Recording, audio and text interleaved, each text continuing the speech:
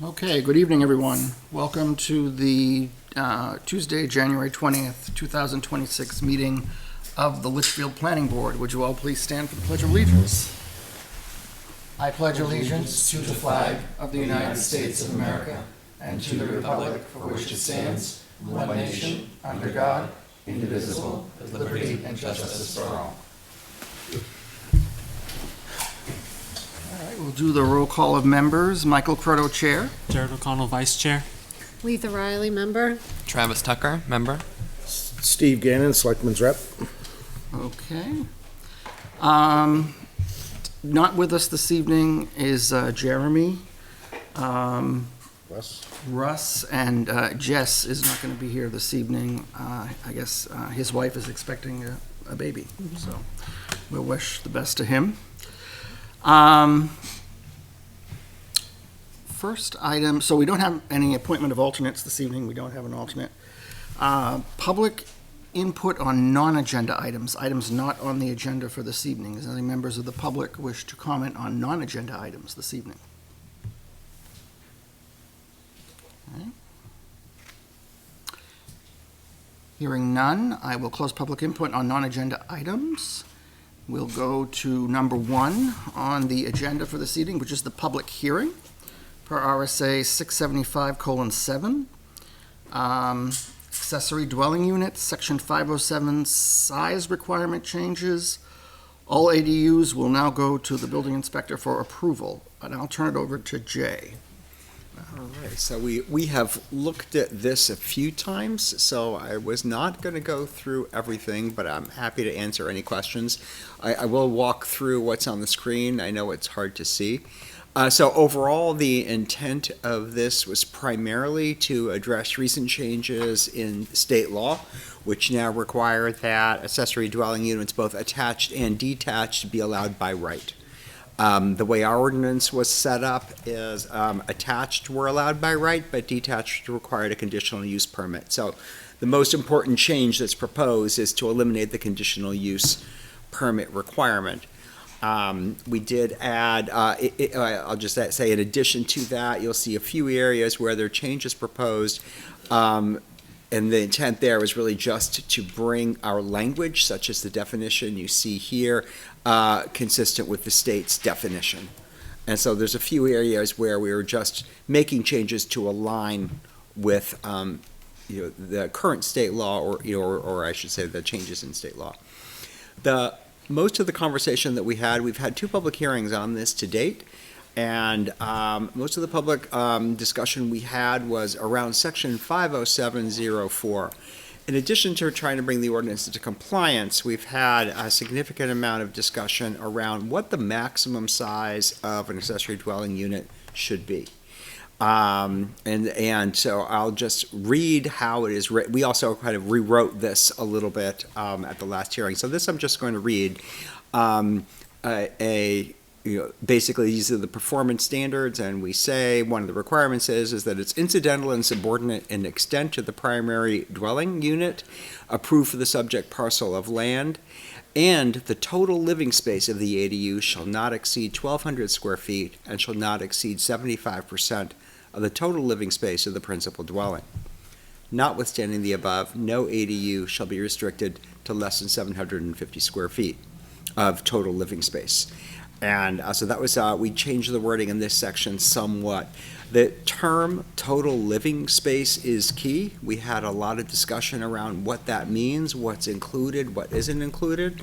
And at the very end of this section, one of the proposed items under this, in addition to changing this section 507, we are also proposing to add a definition to the definitions section defining what total living space is. And essentially, total living space is everything within the exterior walls, including, I'll just read it, total living space is the finished, heated, and habitable area of a home, including rooms such as kitchens, living rooms, dining rooms, bedrooms, bathrooms, plus hallways, stairs, laundry rooms, pantries, and closets, but excluding unfinished basements, unfinished attics, porches, decks, and garages. And then we go on to talk a little bit about how it's calculated.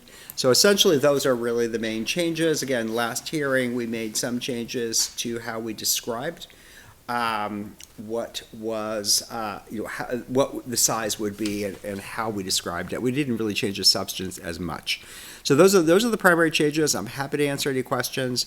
I will just note that at this point, the actions that the board can take are either to move it forward to the warrant or to not move it forward to the warrant. We can't make any substantive changes this evening. We are past that point. Okay, thank you very much, Jay. So this is a public hearing, so at this time, I am going to open it up to members of the public for comment. Is there any members of the public that wish to comment this evening regarding accessory dwelling units, the Section 507 size requirement changes? Good evening. Hello, everybody. Steve Perry, 5 Lidston Lane. I meant to be here the last time you guys had the hearing on this, and I couldn't because of work obligations.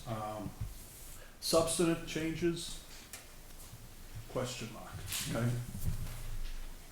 I go through this and I read through the whole thing that was as it's been amended, okay? I have a few things that I would recommend that shouldn't be there, not necessarily added. I would start with the definitions. I think the definition is great, the total living space, except the word heated.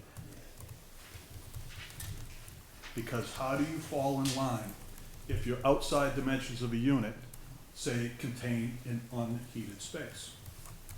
You're now changing the whole purpose of making it the outside dimensions, okay? Also, how does that stop them from putting this 3 seasons room on? You can open doors to a 3 seasons room, you can throw a space heater in there, but technically it's not heated. Just my thoughts, okay? It's just, I think that's the biggest change that needs to happen, just striking the word heated, okay? When we go back to the beginning of the ordinance here, I go back to 5704, and I say the 75% is just kind of large. The 1,200 square feet, no issue. 50%, do you really want to see a 1,200 square foot addition on a 1,600 square foot house? That's kind of large, but just my opinion. I think the 1,200 square feet is fine because it's going to meet the need of almost everything else. I just think on a small home, you're starting to get large when you start increasing those numbers to 75%. Then when we follow through and we end up at 5706, when we're under E, the detached ADU shall be developed, and it says within an existing garage, barn, or similar outbuilding, or shall be designed to be consistent with the character and appearance of the primary single-family dwelling, and so on.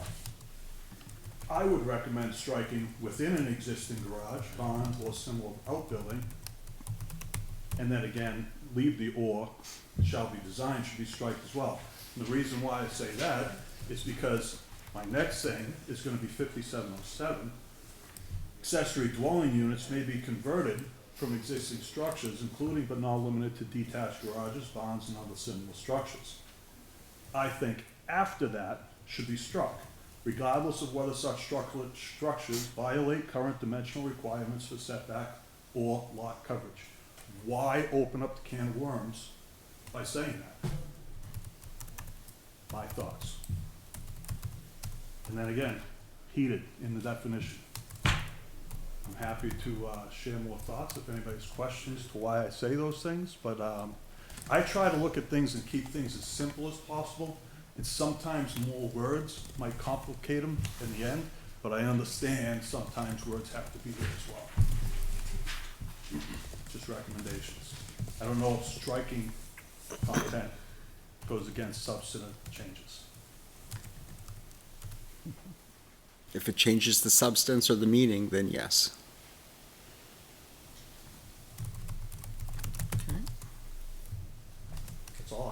Okay, Thank you. thank you very Thank much.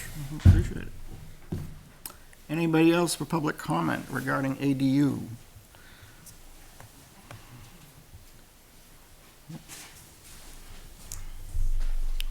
Good evening, Vince Magna, 36 Woodhuck. I think you guys did a great job with this. Definitely increasing the size from 800 to 1200 helps out a lot of the situations. Defining the four walls helps out everything. I do understand what the other gentleman said about putting the words heated and unheated in there. They're both in there. If you're putting on an ADU, there's nothing stopping anybody from putting a porch in the back, and if they want to convert it into a 3-season, that's not defined as part of an ADU. That is just a 3-season room that you put on. I think the rest of it, being able to convert existing structures, that does pose a questionable problem. Nothing stopping anybody from putting in a 2,000 square foot garage and then converting it later. I don't think we have too much of that in Litchfield, but nothing stopping anybody from doing that if they want to do that. But again, if somebody wants to get around these rules, they'll find a way, one way or another. So I just want to say thank you for all the meetings and going over this and agreeing to the increase in size. I know for one, my parents would love to have the extra 400 square feet. And I'm sure going forward, people that build ADUs are going to look forward to having the extra space. So thank you. Thank you. Thank you. Anybody else for public comment on ADUs?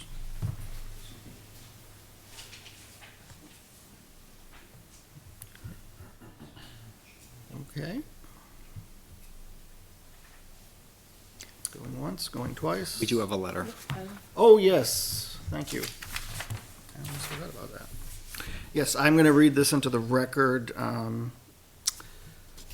This is support for limiting ADU size to protect town character and groundwater. Support for limiting ADU size to protect town character and groundwater. Dear members of the Planning Board, I am writing to express my strong support for establishing a reasonable cap on the size of accessory dwelling units, ADUs, specifically a limit of 950 total square feet, inclusive of all living space and storage. ADUs can be a valuable housing option when they remain truly accessory in scale and purpose. However, without clear size limits, there is a risk that these units effectively become second full-sized homes. That outcome would undermine the established character of our town, which is defined by modest development patterns, low density, and homes that are appropriately scaled to their lots and neighborhoods. Equally important are the implications for groundwater resources. Large units generally correlate with increased water usage and wastewater generation. In a community that relies heavily on groundwater and septic systems, cumulative impacts matter. A firm size cap helps ensure that ADUs remain within the carrying capacity of our local water and wastewater infrastructure and reduces the risk of long-term environmental harm. Including storage within the overall square footage limit is also essential. Excluding storage creates a loophole that allows structures to exceed the intended scale of an ADU while still technically complying with the regulation. A single, all-inclusive square foot cap is clear, enforceable, and fair to both property owners and neighbors. A 950 square foot maximum strikes an appropriate balance. It allows for functional, livable ADUs while preserving neighborhood character, protecting groundwater resources, and maintaining public confidence that ADUs will remain accessory rather than transformative. Thank you for your thoughtful consideration and for your continued service to the community of Litchfield. Respectfully, Raymond C. Peoples, Jr., 205 Charles Bancroft Highway, Litchfield, New Hampshire, 03052. Okay. Anything else, any other public comment regarding accessory dwelling? Yes, please come forward, state your name and address for the record, please. Thank you. Pierre Garone, 15 Chasecoach Circle. Soma contractor does a lot of work in Litchfield, and I've done seven in-laws. In 1,500 square feet, I think is the way to go. And that's foundation size, that's fine, because now we have, you're not gonna take away the stairway, you're not gonna take away the closets, that's fine. That's why I think the 1,200 square feet would be sufficient. Thank you. Anybody else on ADUs? Yes, come forward, state your name and address. Good evening. George Lavash, 13 Pearson Street. So I have a problem with the 75% rule. I think it was denoted in the last meeting that it was, you were worried about aesthetics of houses, small houses on 3A, and that the large ADU may not look right. You can currently build a 30 or 40 foot barn or a garage next to that house. So a detached unit, an ADU could be 30 by 40, and it would be the same footprint as a garage. And a person with a smaller house may have a bigger need for the 1,200 square foot than the person. So what's the difference between a large house and a small ADU, or a small house and a large ADU? I mean, who knows after the fact, what was the first piece of house there, right? So I think that is, you're putting an artificial restriction on people who may actually need the ADU more than somebody who's already in a larger house.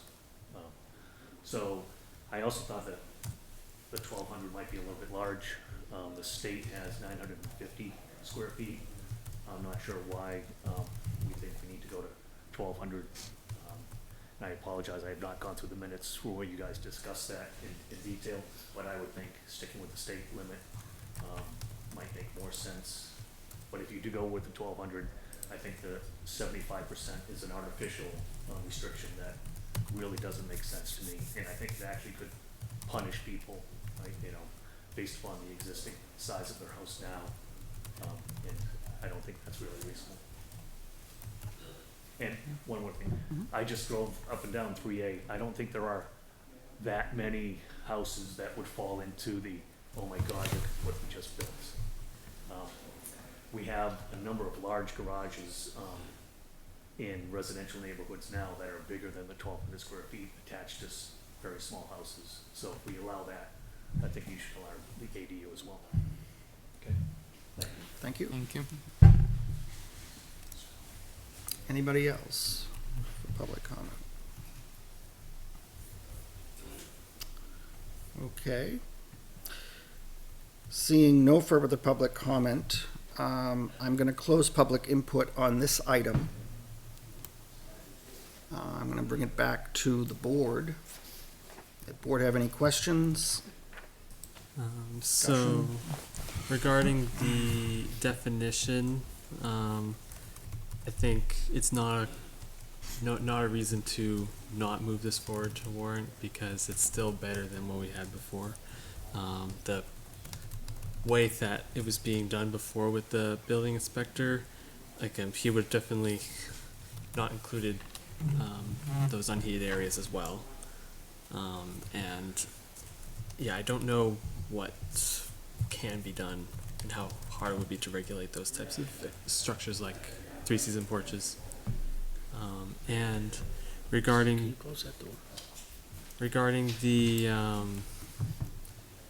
the ability to convert structures that violate current dimensional requirements for setbacks or lot coverage, does the state of New Hampshire require legal non-conforming structures to be able to be converted to ADUs?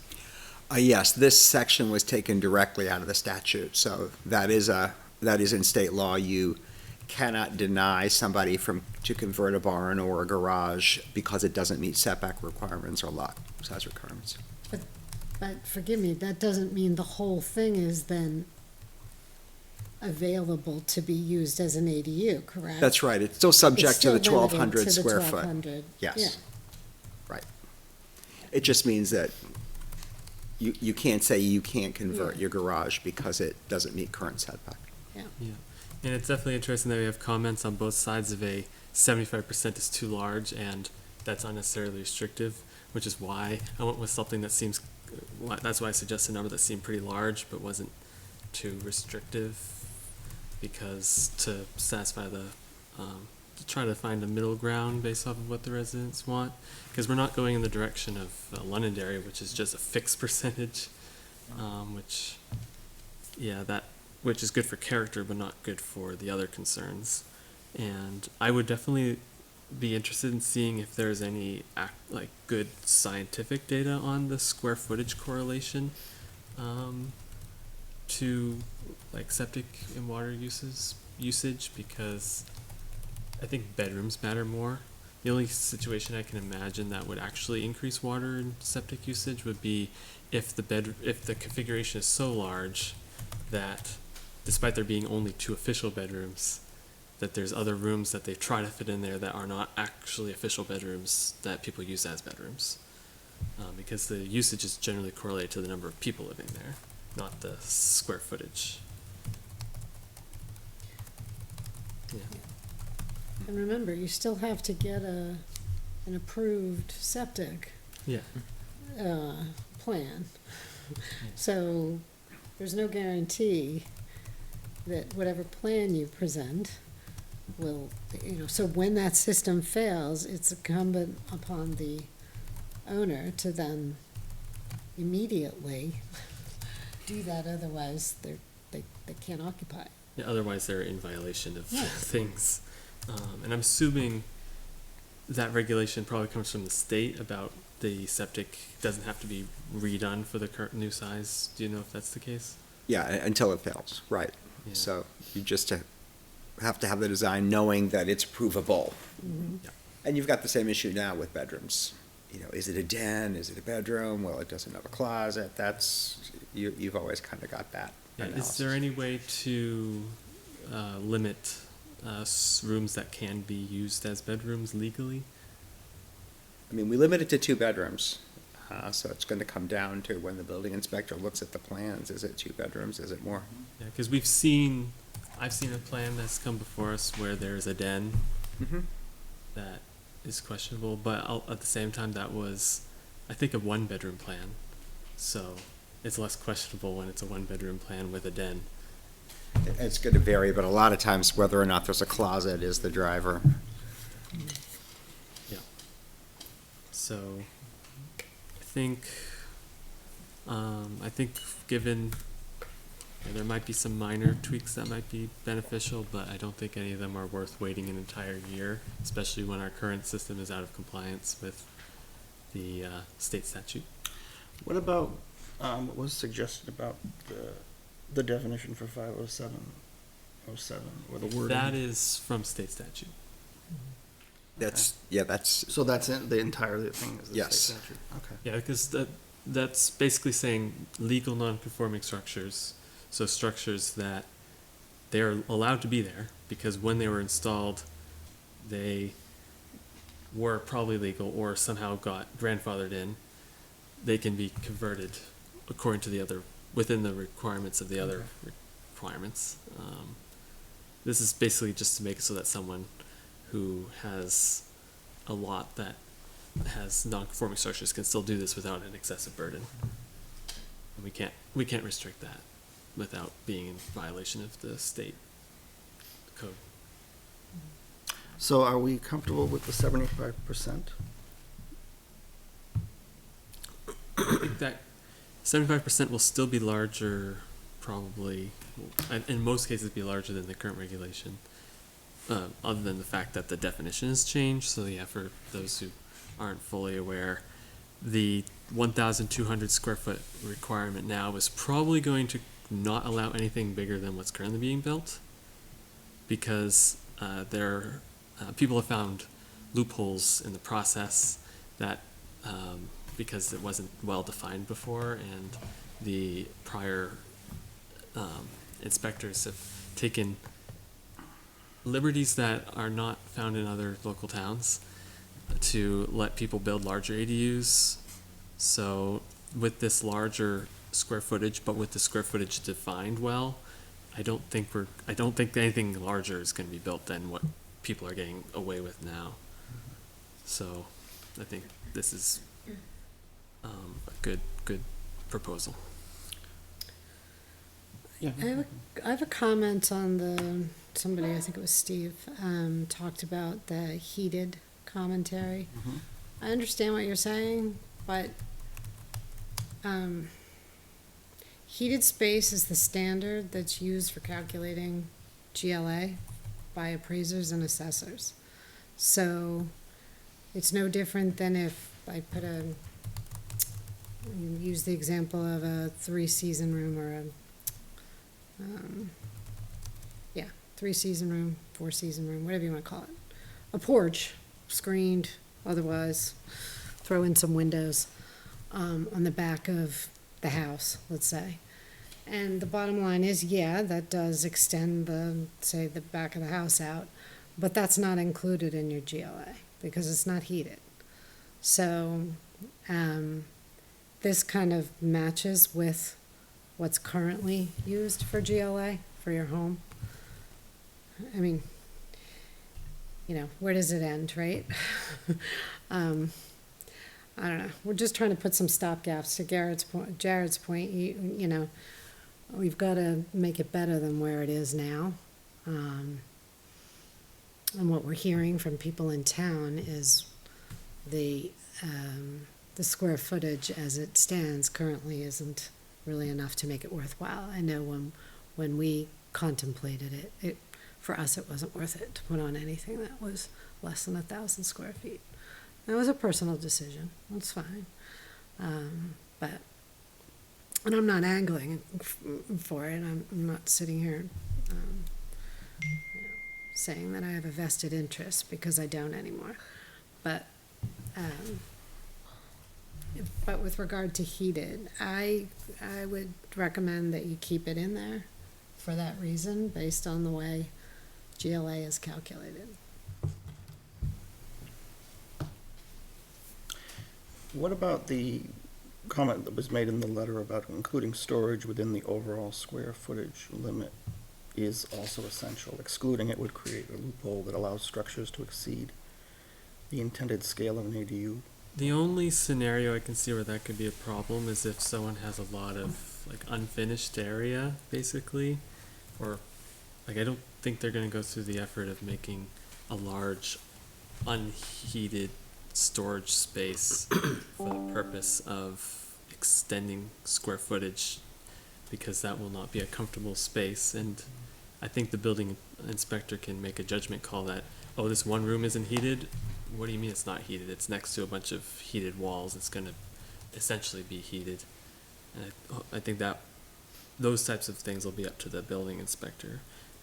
Obviously there's a concern about spaces that they can then maybe without a permit turn into living space, but I don't think that's ever fully, that's not a loophole we can really prevent, because that would be an unpermitted change. And if they get a permit for a change like that, the inspector is going to have to look at the current regulations for ADUs, or at least the ones, or maybe if they can, if somehow it gets smaller over time, look at the requirements from when the house was built. And they should not allow conversion of unfinished space to finished space if it exceeds the square footage. And we do include total living space. The definition of total living space does include things like pantries and closets. So storage that's within the unit Storage is within the included. unit, yeah. So the only place is basement storage, which is unfinished, probably. Right. No, in the example where you had the detached garage before, that someone turned a portion of it, let's say, because let's say the thing is huge, and they wanted to fit up 1,200 square feet in which they have their ADU dwelling. The rest of the garage would be storage. Do you know what I mean? That's not calculated in the. So yeah, it exists and it's a large building, but with regard to the dwelling unit, it's limited to the 1,200. Yep. How, I guess the question is, how do you feel about submitting this to the warrant? Or to town meeting for zoning amendments? Do you think it's good as it is, or do you think we need to do more research on it? I think it's ready for warrant, and we can always make amendments and have another change next year if necessary. Because if we make any changes now, it does not go to warrant. Right. Because we don't have time to have another public hearing. Yeah, and this is a big improvement over what we currently have. And it has to meet state statute anyway, or Yeah. at least that portion of it has to in order to match the language to the state ordinance. The state statute, I'm sorry. Like the only restriction that is in here, compared to the current one, is a very small house will be 50 square. The ADU will only be 50 square feet less than the prior regulation, other than the change of definitions, which will restrict it more. So, Say that again? with the exception of the differences in definitions, Okay. the only restriction compared to what we currently have out there is a really small house will be restricted to the state minimum of 750. Okay. So really tiny house. Got it. Like a 1,000 Got it, square sorry. house, yeah. And I think because of the improved definition, it's definitely a huge improvement over what we currently have.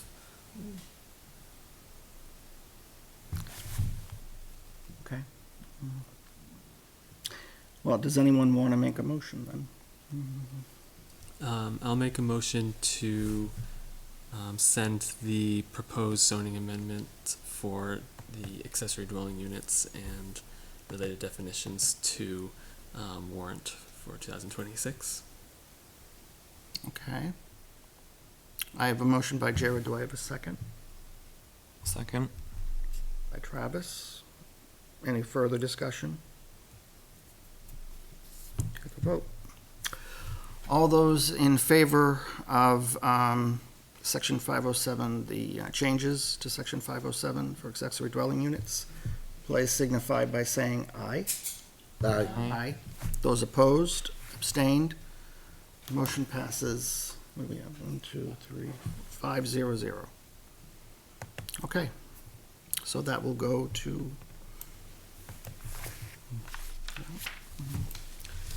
All right, the next item for public hearing is new zoning section 409.00 foundation certification. Plan submitted to the building inspector prior to framing, and I'll turn it over to Jay. Okay, so this is a fairly straightforward proposal. This really came about because we found that there were at least a couple of instances recently where a foundation was put in that didn't meet setback requirements. The building goes up and they discover after the fact that it's there. And in part of that analysis, we realized that whereas most communities do require a certified foundation plan be submitted prior to framing, Litchfield did not.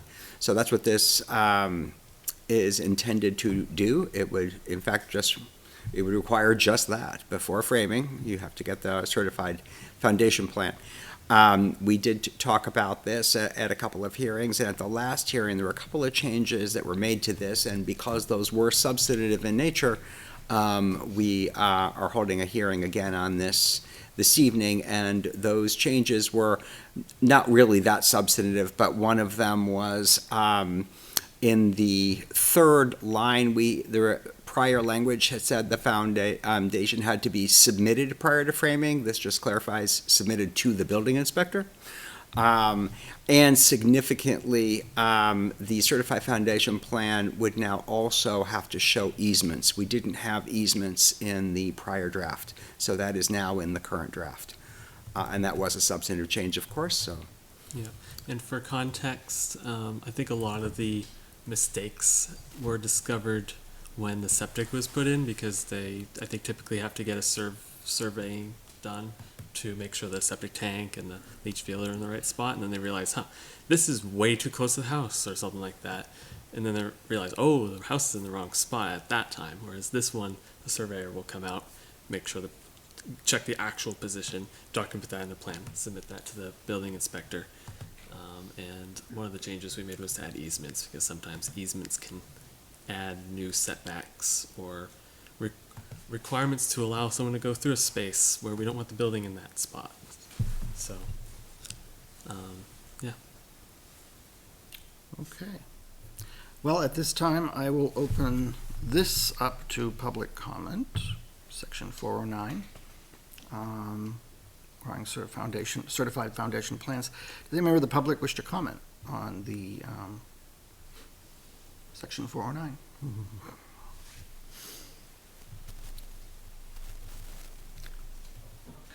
Okay.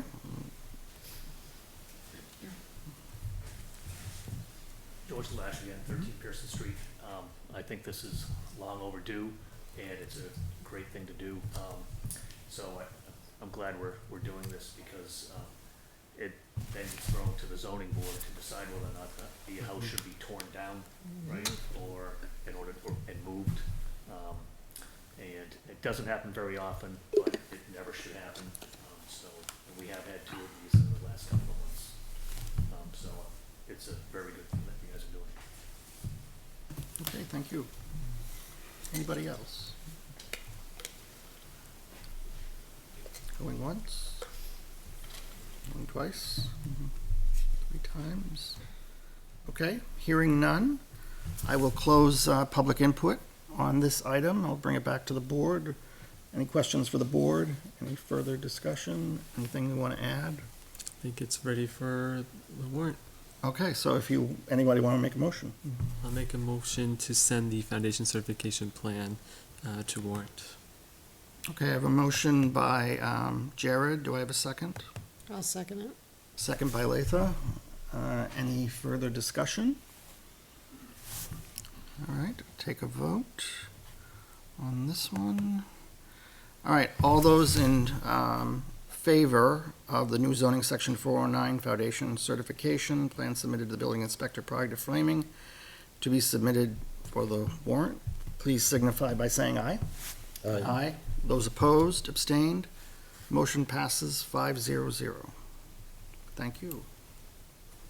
And I think that concludes all of the changes for Yes. our zoning amendments. So, thank you.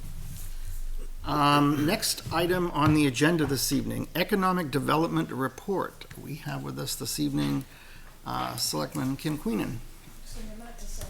Sure. I have 3 hard copies if folks would like them, Thank but you. they're online, so. Have a good night. Aye. Thanks for coming in. Thank you.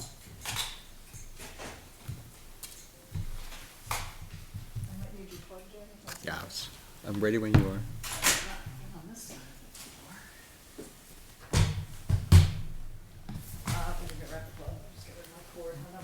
I'll let you get set up, then I'll give it to you. If we go dark, I'll find the plug. I'll sit over here. So where's the plug? It's plenty long. Oh, yeah, it's a long one. Probably go outside with it. Yeah. You will have no issue. Give me a moment.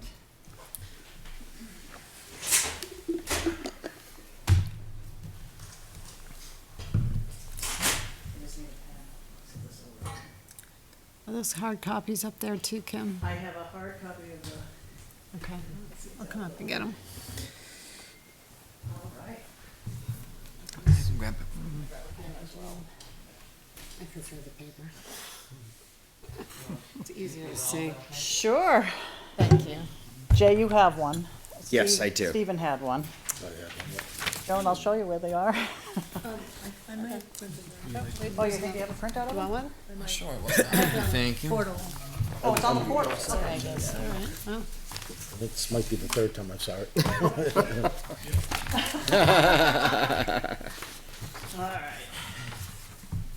I'll introduce myself in a second. So if I go dark, I suppose we have full battery, but just in case, we'll move over there. My name's Kimberly Queenan. I live at 2 Newstead Street in Litchfield. Is this okay? Everyone hear me? Yeah. Very strange being on this side of it. How is everybody? Just being here. I know every one of you. That's right. good. Latha, but I remember her coming on board when you were coming on board. And so we've served on many committees together, right? Joan Planning Board, NRPC, Economic, SIP, Board of Selectmen, NRPC, right? Planning Board, and historical stuff that we do in town, so very, very good to see everybody. All right, so, two things in your, if you go to the main webpage later, you also have, you can go to Government Planning Board, or you can go to Government Economic Development Committee. So what I'm showing you today is, this one on the screen here is if you go to the Economic Development Committee, you'll see this report. Is it the same? It's the same, as your hard copy. You will also see the survey results that I'll go over quickly, the first 5 or 6 pages, okay? You can see what business you wanted here, we, but everyone else. On your planning board, you have the master plan chapters. One of them is the economic development one. It was done in 2002, so that plays into this meeting as well. Because you'll be revisiting that. All right, so I'll start at very high level at the beginning. Please stop me if there's any questions, but if, I don't know if I say it, we'll be getting to it, we'll just wait for that, okay? I'll go as fast as I can. This is all the work the Economic Development Committee did, okay? A lot. And I want to thank Kim Kleiner also for a lot of her work, and Jay, of course. We had representation from the group from Jeremy Robitaille. All right, so let's talk about the journey and the work that we did. So I was on the planning board since Tom Young, way back in the day, right? And we joined NRPC.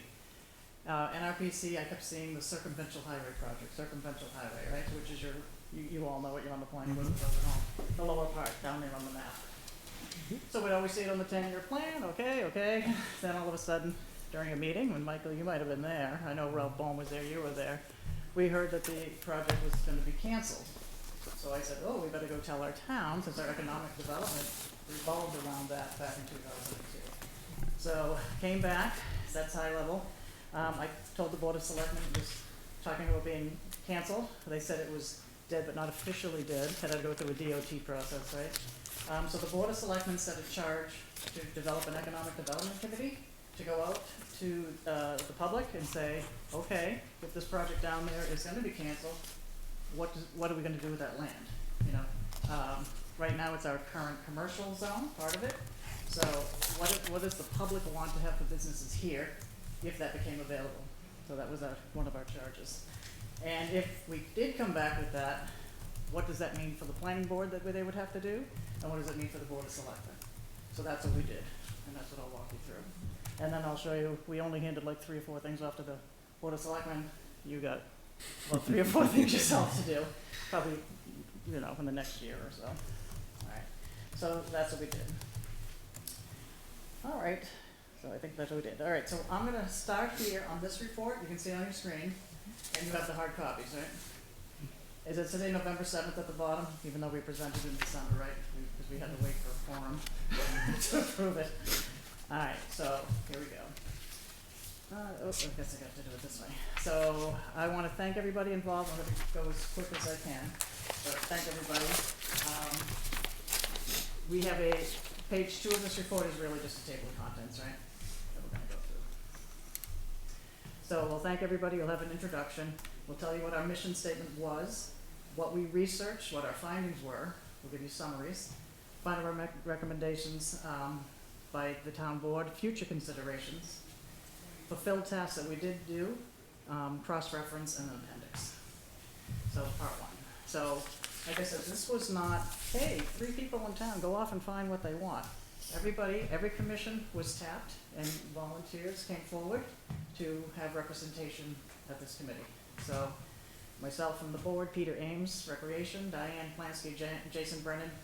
Diane started, Jason was there, I think Harry McNeese was there a little bit too. So Conservation was represented. Planning Board, Jeremy Robitaille. Jerry Sorensen started with zoning, and then it moved to Laura Gandia. Like, I think Jerry showed up maybe a couple of times before did he move? Maybe, I don't know what he did. But Peter Plansky represented the school. Marion Colby was the Heritage Commission. We had a citizen rep, Connie Jackson. We had Jay Mankara from RPC, Kim Kleiner, our town administrator.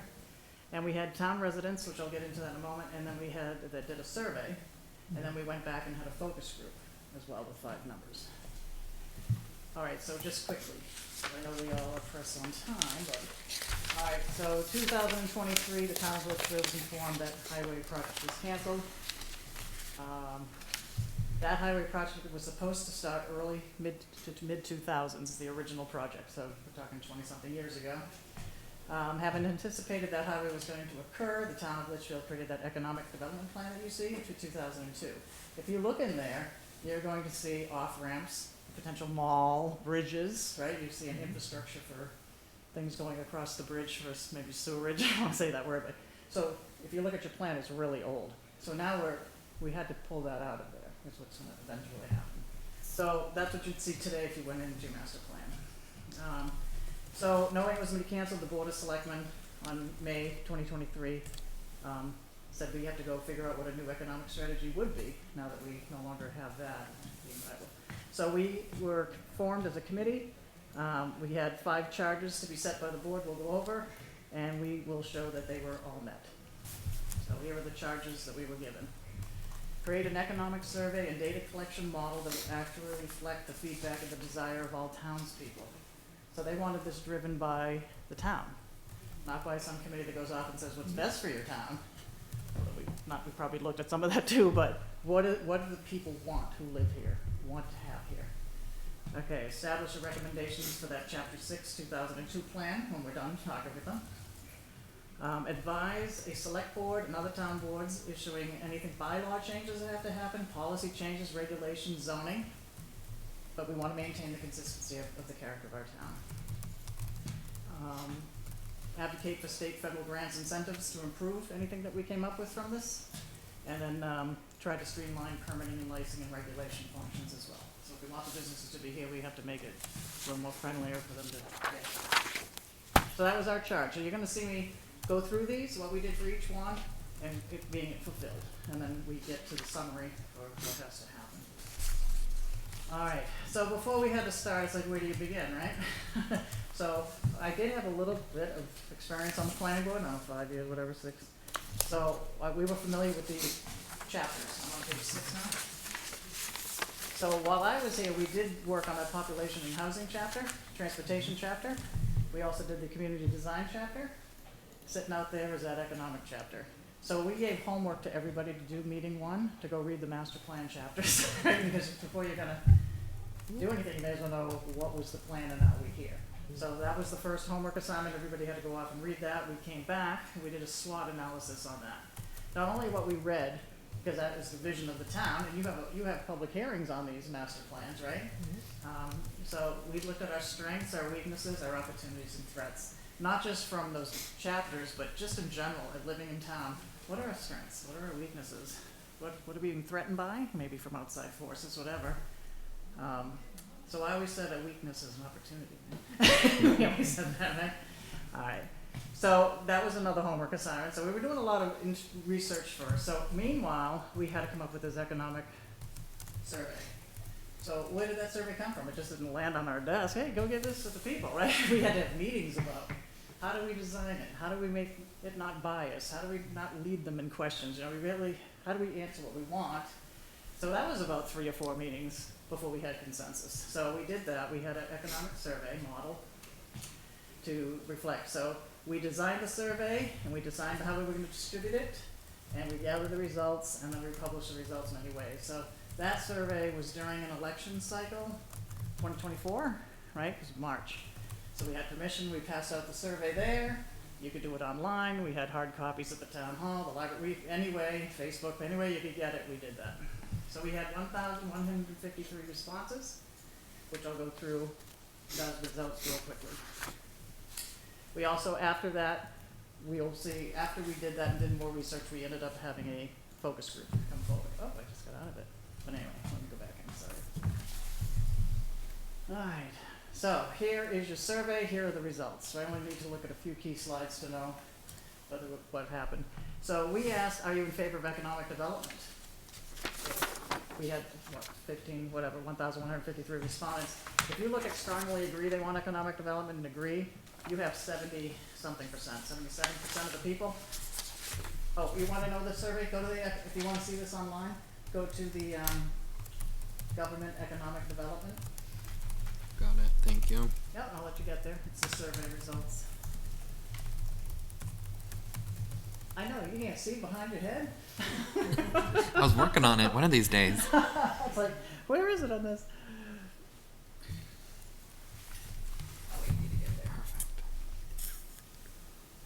Is this the Is that a pie chart? second Like the blue slide? and red on means this go, one? right? All right, so you're there? Is everyone there that can see it? Okay, they could see it, you could not. All right, so the first is saying, how many people in town want economic development was what we're really asking. Strongly agree was blue, red was agree. So a lot of your town wanted something here. So that was the first thing. I like the not sure, that's okay, right? Nothing wrong with that. Because we do live in a town where you can go get anything anywhere close by, other than really groceries, right? All right, so what attracted you to Litchfield?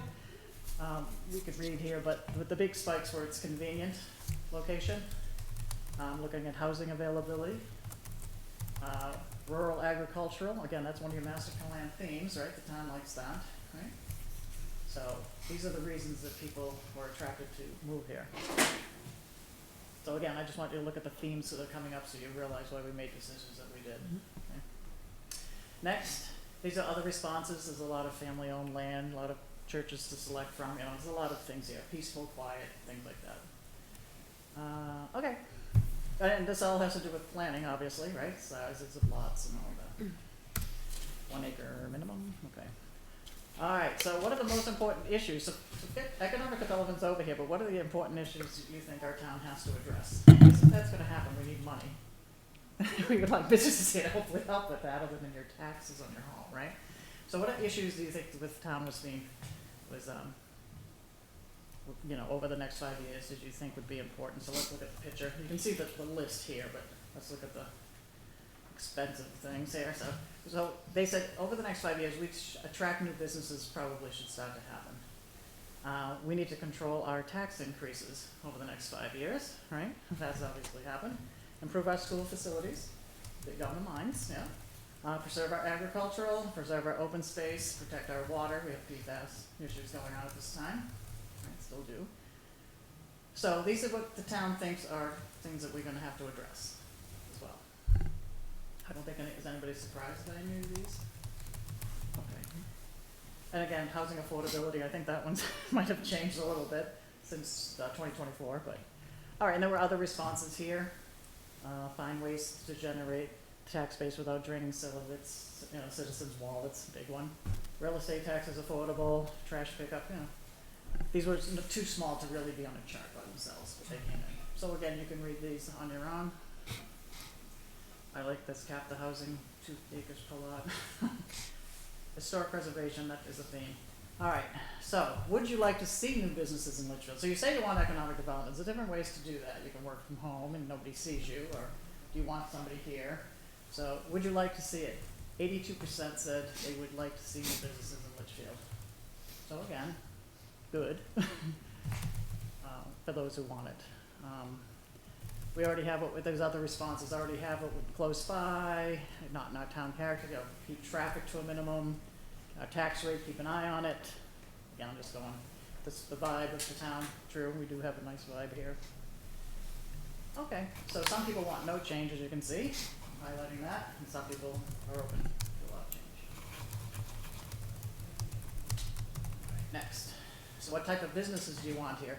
So these aren't sorted here by rank of high percent, but you can see bakery, food, actually bed and breakfast is food, farmer's market, got a lot of food and alcohol going, the winery, the brewery, a tavern, offices and shops. We've looked at that here. You've done lots of renderings in here for that, small scale shops. So here's the barcode for that. So we're looking, okay, they want economic businesses. What type of businesses do they want? They want some of these businesses right here. So they want food, kind of foodish, food, you know, farmers, you know, look at a lot of things. Nobody's saying heavy industry, right? There's certain things they're not saying they want. They seem to want the things that are nice to live here, kind of things. But will it really drive economic money is another big question we'll be posing in a moment. The lowest item on that list is a gas station. What is, oh, and that's the one that's coming in. I saw that today too. Yeah, And we have some industrial, you have light industrial that doesn't hurt too much, right? You can have that, shoppers have that. There's still people in town who do want a large shopping center, I think you had one at one point, you had a market here.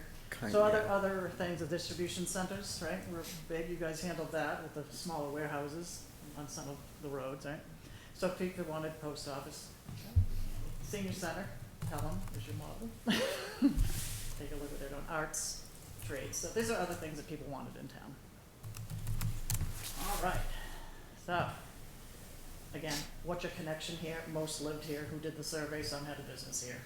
I don't know who was visiting and who was working here, but so basically people lived here, but very few owned a business here. And we have a rough patch of business out there where the convenience store is, and sometimes across, like we'd have a lot of restaurants that don't make it there, right? Which is unfortunate, because we had to research on the flag. All right, so we're almost done with this one. Then we'll go back to our final report. And then just if you would be interested in helping us with the research, no, 14, yes, so good, we had 330 people or so say they would be interested, so we were excited, right?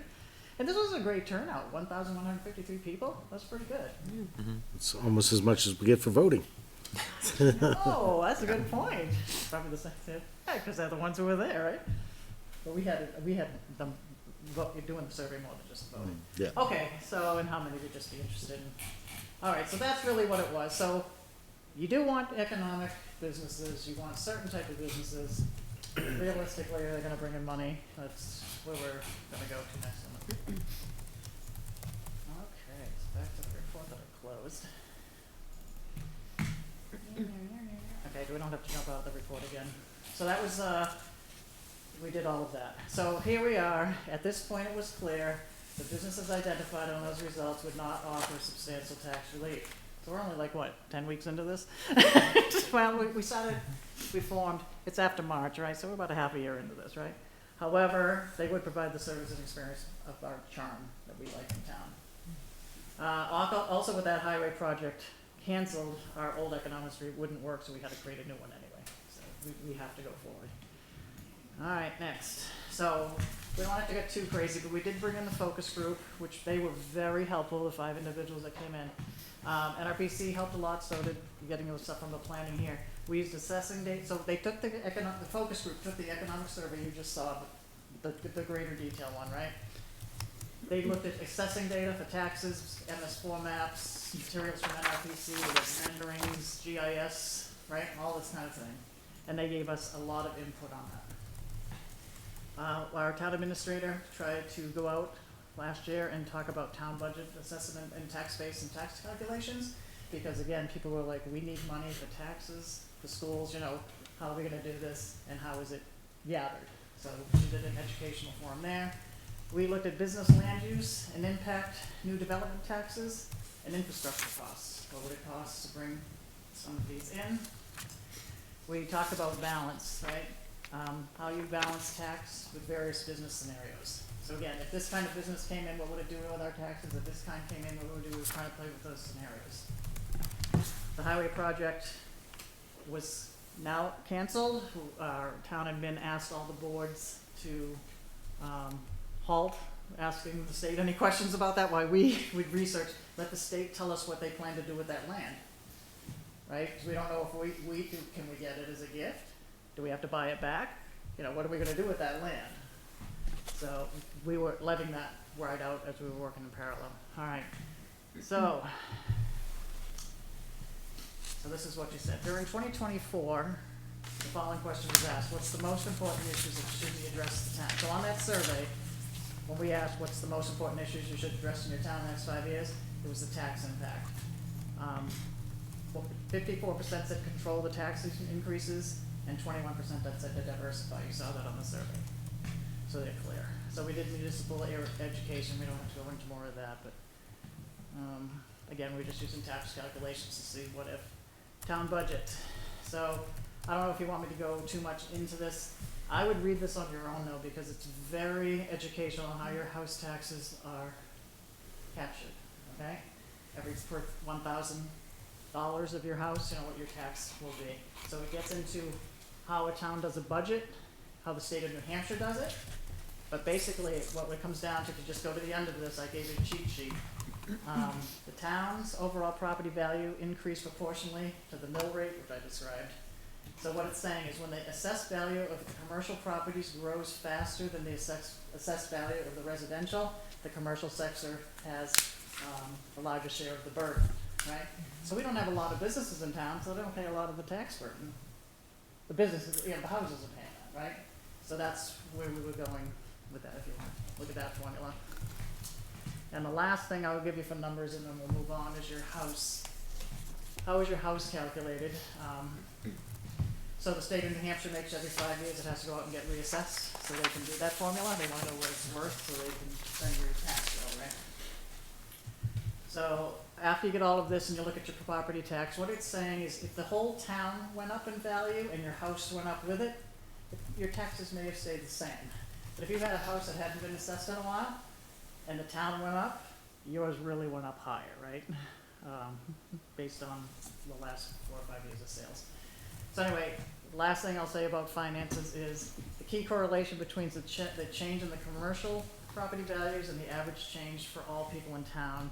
It just says who pays the larger portion again. So, but we were looking at that. How would that, because they're saying we need to diversify the tax base. Who do we bring in here to do that? Because if we don't do anything, it's just going to depress on the houses, right? Okay, last of that, finances. Here we go. We looked at the limitation of town ordinances, maybe. Northern commercial zone, limiting large-scale developments. You had a mixed-use zoning going in last year, so this is going on in parallel, which did pass, right? We weren't sure about the southern commercial zone, if that would benefit from mixed zoning as well, if that later played out. We also looked at transportation, or we should say lack of transportation in another town, because that's also, if you had businesses here, how are people gonna get here, right? Our commercial areas, like I said, we have some areas where just people don't visit, because it's easier to go to other things in other towns around us. All right, we're almost there. So, this came really from conversations with our group and the focus group, which maybe do an overlay district on Charles Bancroft Highway Route 3A to diversify the tax base. We'll talk about that in a moment. So form-based zoning came in. Are you familiar with form-based zoning, anybody? Because Laura Gandhi kept saying it's a formula based on certain buildings, so many percentages of buildings have to be made, in that area.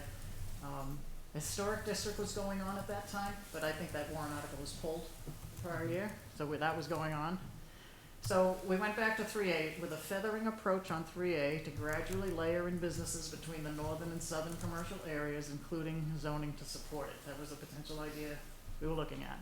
So you have 3A, northern and southern, start to feather in some businesses in that residential that blend in and have a heavy zoning component to it to keep it looking the way we want it to be. Home-based businesses were also looked at that are outside 3A. What can we do there? You have looked at them. I've looked at them many times. I think you just looked at them recently again. Some home businesses, you went over all of that with licensing and things like that, right? Signage, you've been over your ordinances. We just asked you looked at them again because some people came into the focus group that have home businesses and were expressing some more things they wanted to see. All right, let's see. I believe Laura Gandia kept saying these performance standards, create performance standards that are designed and focused the importance to assure we align with our town's aesthetic values. So whatever you do, make sure whatever standards you come up with, that comes there. All right, let's see. Just so you know, we're looking at how much land. First of all, let's look at the value and then look at land and then we'll get into some solutions. So town valuation, we all know people's been evaluated lately, right? So 2024 versus 2025. So let me just look at this. Let's look at the second one down, commercial industrial versus residential. So if you look at commercial land in 2024, right? Say it's 62, what is that? Is it 62 million? What is that? 62 million, 62, right? Yep. So in 2024, that's how much commercial, I guess you'd say valuation came in at, where in 2025 it went up pretty substantially, right? look at the housing, that went up as well, yeah? You can see the percentages, I guess it stayed flat. Alright, and utilities went up because we started to put our electrical in there, and we wanted to, so our whole town evaluation went up, so your taxes didn't go up as high, right? So I'm just taking a look at that, it's still kind of a little bit flat, we're not doing too much, commercial went up a little bit, but not enough for it to be sustainable. Exempt land is small versus taxable. Alright, next one, land, this is the big one, how much land do we actually have? I get clobbered when I say the town build out. I'm gonna say build out to all my enemies who go after me on Facebook. I always ask it on the planning board because if you build out your town, you have no more tax base. So I always wanted to know how much land you had left. That we always ask that every year. So when I say it, they always you want to build up the town. That's not true. I just want to know the number. So here we are. So the land use statistics. Farmland, we have 708 acres of farmland. Forest, 969 acres. Unproductive land, you know, probably can't build on. Wetlands, can't build on that. Wetland, not wetland, wetlands. Okay, so current use. So there you go. 9% of Litchfield's total land area is designated commercial use. So 9%, not a lot. Given competing interests for that land, there's a need for a strategic plan to optimize its utilization, right? Businesses want it, conservation wants it, I'm sure someone else, who else would want it? I'm sure there's somebody else. So that was one of the things handed off to the Board of Selectmen, to come up with a strategic plan for that land down there. Okay. All right, the last thing we did for, and then we called it quits, was Placer, was a software, for data analytics software of traffic. Who's coming in your town, who's leaving your town, where are they going? Because again, if we have businesses, we want you here, are you going through town to go there? You know, we're trying to track that kind of thing. And then, Jay, you explained, well, they might be going to work, they might be going to the mall, not to buy something, but they work there. So we're like, just throw that stuff out, it's not gonna help us as a town right now. And it was kind of pricey too. All right, so here's what we came up with. After we looked at all of that, all of it, and you're seeing the summary, but all of that, this is what we came up with.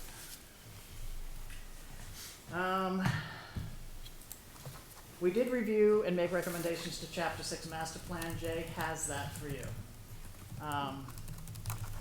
So I'll have a backtrack with Jay. Jay, we were up to the point where we're going to be done.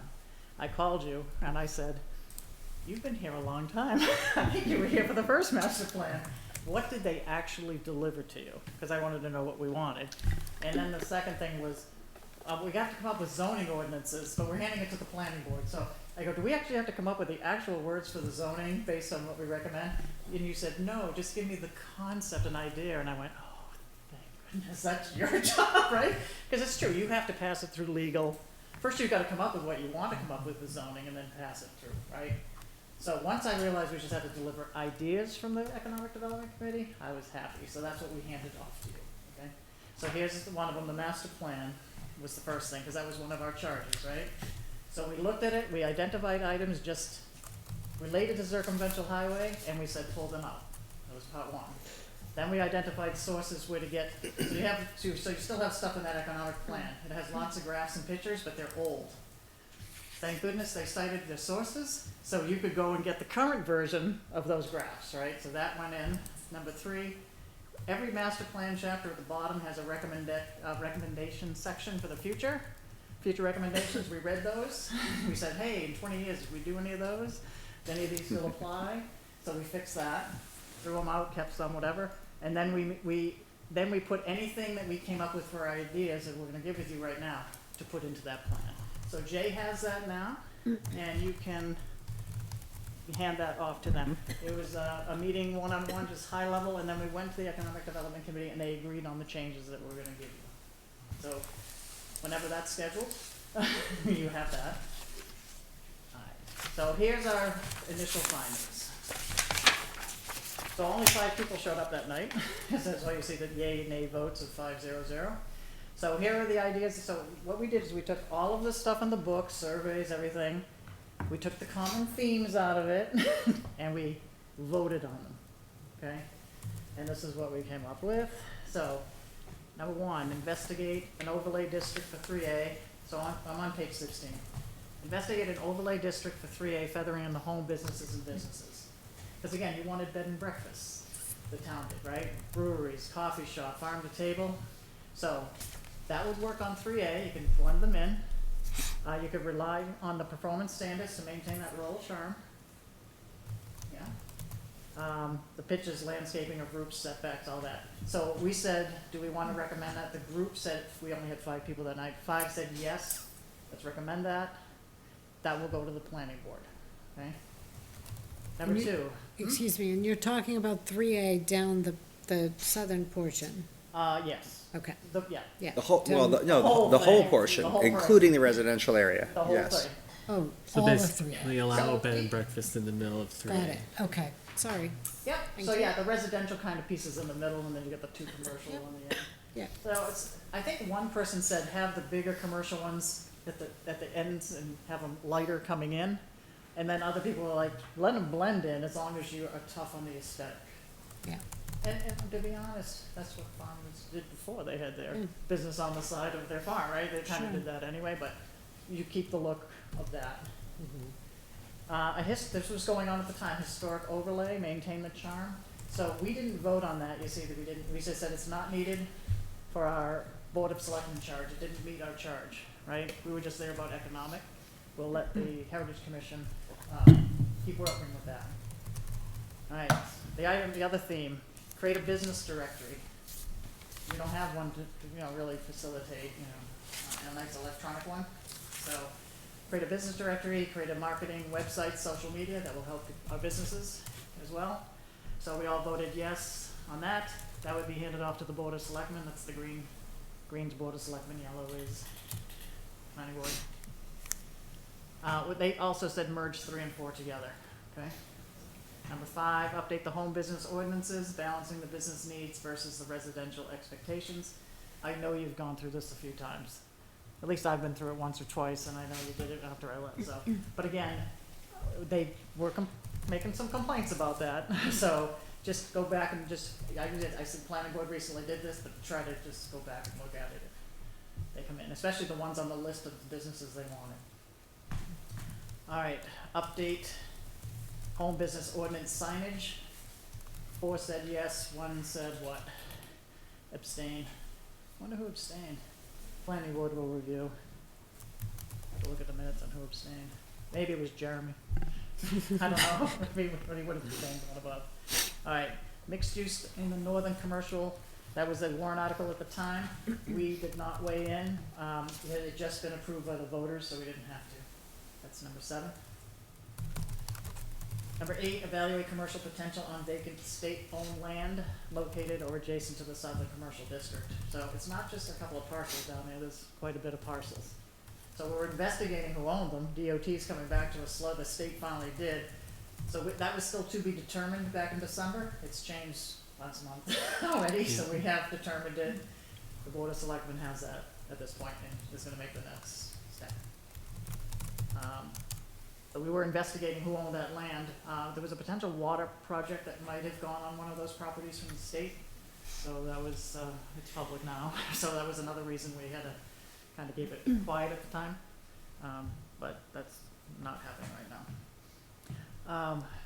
Also, we had U.S. Representative Maggie Goodlander visit our town. She wanted to know about economic development, PFAS, DOT. So we talked about all of these things and all on that common land, which was maybe gonna be water, but maybe it's PFAS, it's not really, but what's gonna happen, she wants to go after Sanko Bank. There was a lot going on at this time, so I was like, just let it be determined, but it's all public knowledge at this point. Alright, so we were gonna bring our state reps in, but we said, why don't we wait for her to talk to her, cause she can pick up the phone and call the governor, right? And call Penachuk, we were waiting for that, so, anyway. What's the next one, number 9?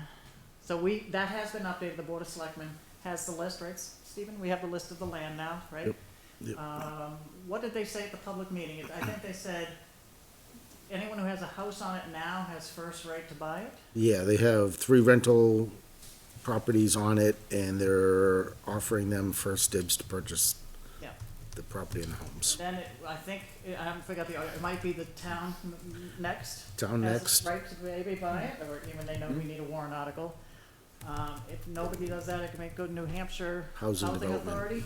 Not Yep. saying they'd build anything on it, they don't have the money, but you never know.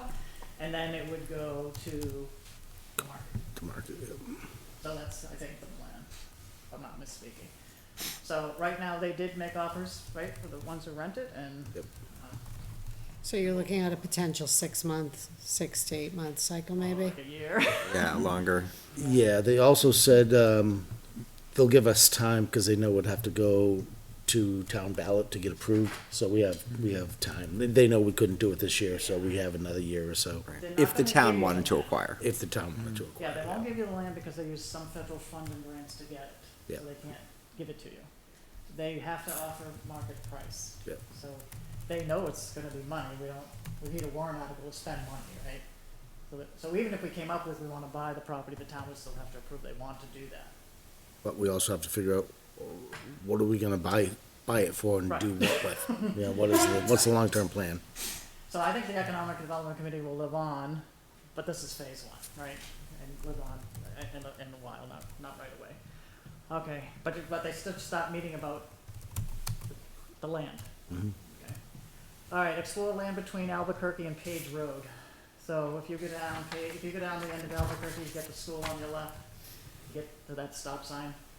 We always talk about going through to 3A, but that's private land, and I guess it's, it's dead issues as well. So we did not even vote on that because it had nothing to do with circumventional highway. It's nice to get to the circumventional highway land, but you'd have to go through private property, so we stopped that. So originally, they were gonna extend Albuquerque to 102, right? Yeah, they were. Yeah. There is some right away there. To 3A. Yeah, it was gonna loop like this. Which is small. Industrial Drive, right, it was gonna, Right. there's this little piece of right away here, it was gonna loop down and come right through here, right by Noel's Christmas tree farm. Oh, okay. That's why that was named that's called Industrial Drive, In the middle of the woods? because that was all gonna become an industrial park once the circumferential highway came through. Somebody did that, everything, yeah. That's why it was that's why it was zoned industrial. Which is why you need to rewrite that chapter. Yep. Alright, so we didn't vote on that. Investigate properties on 102. So there was some other smaller properties there that, to be determined, we were waiting again, follow up about that. I think that investigation has been done as well. Because again, what land do we have? I mean, here, discuss southern commercial land inquiry, discuss only about home businesses and lots in that area, but there's nothing we did there. All right, investigate DOT permit appeal process. So apparently your gas station going in, really many years to go through because of those curb cuts. And there was no appeal process for that person, so it was a 1971 issue. But this did slow down business from coming to town, right? So what can we do to help? So we don't know if there's an appeals process for number 12, but that should be something we said the Board of Selectmen or maybe state reps later should look at least investigate it to see if there is an appeal process. Do you know anything about that, DOT? I thought that they had put in, not so much the appeal process, they've definitely are looking at the time limits for the appeals, but I don't know anything about an appeal. Yep. So that would be something to help businesses. Then we had some non-economic development items come through as themes. They weren't on the survey, but they came through. That'll just all be ongoing, warrant articles ongoing. The other one was ADU impact, and it sounds like you're handling them tonight. So ADUs are more affordable, increase the population, but meet the town services as well. All right, so what we ended up doing is I took this, think of this as a funnel, big, getting smaller. So I just threw out the ones in this list that we didn't vote on that are blank, right? I just kept the ones, if you get to page, what page is it, 19? That's it right there. You have the yays and the nays, and who's getting what, okay? The to be determines now are at the planning board. So the top 3 are gonna go to you plus the, chapter. So let's keep going down. There was also some future considerations. form-based zoning didn't come up till latest, and Laura Young decided to spit out form-based, so I threw that on. It wasn't part of the results, but it kept coming up. And then, strategic plan about that 9% of land also came up as a future consideration. Alright, so we're wrapping up. So, what did we fulfill, and then who does what next? Okay. Charge 1, create the economic survey data collection model that'll accurately reflect the feedback of the townspeople. We completed that survey, the results were gathered and published. We then did a focus group, and using the survey plus other renderings and everything from NRPC and the planning board here. Other economic ideas were included in our research. Establish recommendations to the planning board and the board of selectmen for that chapter 6 master plan. You have that. I have my notes if you also need them. So that was completed and handed off to NRPC, which will hand it off to the planning board here. Advise the select board and other town boards on issues concerning bylaws, policies, regulations, zoning, about, keeping our community character and master plan. So for the planning board, this is your walk away. Identified zoning concept ideas, right? So we gave you this on this list here. You know the businesses that people want here that might come in, but we were also thinking of other businesses also that could come in. So investigate an overlay district on 3A, feathering in the home businesses and businesses. It doesn't have to be in the home. It could be a barn or another building on the property or in the back, however you want to do that. Develop the performance standards that go with it. So that'll be conversations for you. Update the home business ordinances if you desire, if someone else comes in wanting that. Update signage, investigate the form-based zoning. Southern Commercial District may benefit from mixed-use zoning. We have frank conversations about that. It's not popular for me to say it, but I will because everybody says it. Building big apartments and townhomes is a business. It's a corporation, but it doesn't diversify your tax base. And it adds to your, resources in town, your ambulance, your fire. So, with that said, I'm going to also say the other side. Do you believe in property owners' rights? Right? That's the balance, right? That's why they come before you all the time. So, property owners have rights if they get the land. They can do that. So, again, it depends how strict people want to be with this, on what's going on there. So, doing nothing, people can buy the land and build what they want and let it go organic like it's going today, right? Property rights, do what you want. Or try to bring in the business you want. The Board of Selectmen will be talking with the town of Hudson, since we are adjacent with them. I would think more Londonderry, but we'll see if, because they have their land back, what do they plan to do? Maybe we can work on something together. So we're looking at that. And you can correct me, you've seen that too? Yep, that's. Alright, we did not have any we looked at bylaws and your policies and we didn't have any modifications to make. And you have this final report. Board of Selectmen. Create the business directory, marketing for the websites for people. The DOT permit appeals process, which hopefully we don't have another curb cut. We did have one down near the ice cream place though, right? They had a curb cut. Yep. Licks had to Licks do did, that too, yep. right? Create a strategic plan for that limited commercial property that's left in the southern part. Monitor that state land.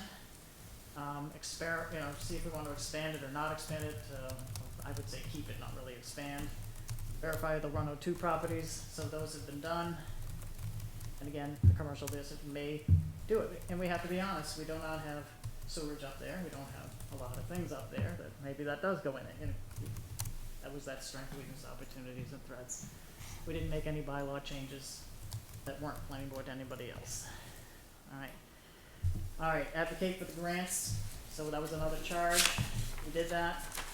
We have our town staff review grants, especially with housing. We're exploring opportunities with other state, federal agencies. That's with Kim Kleiner doing that.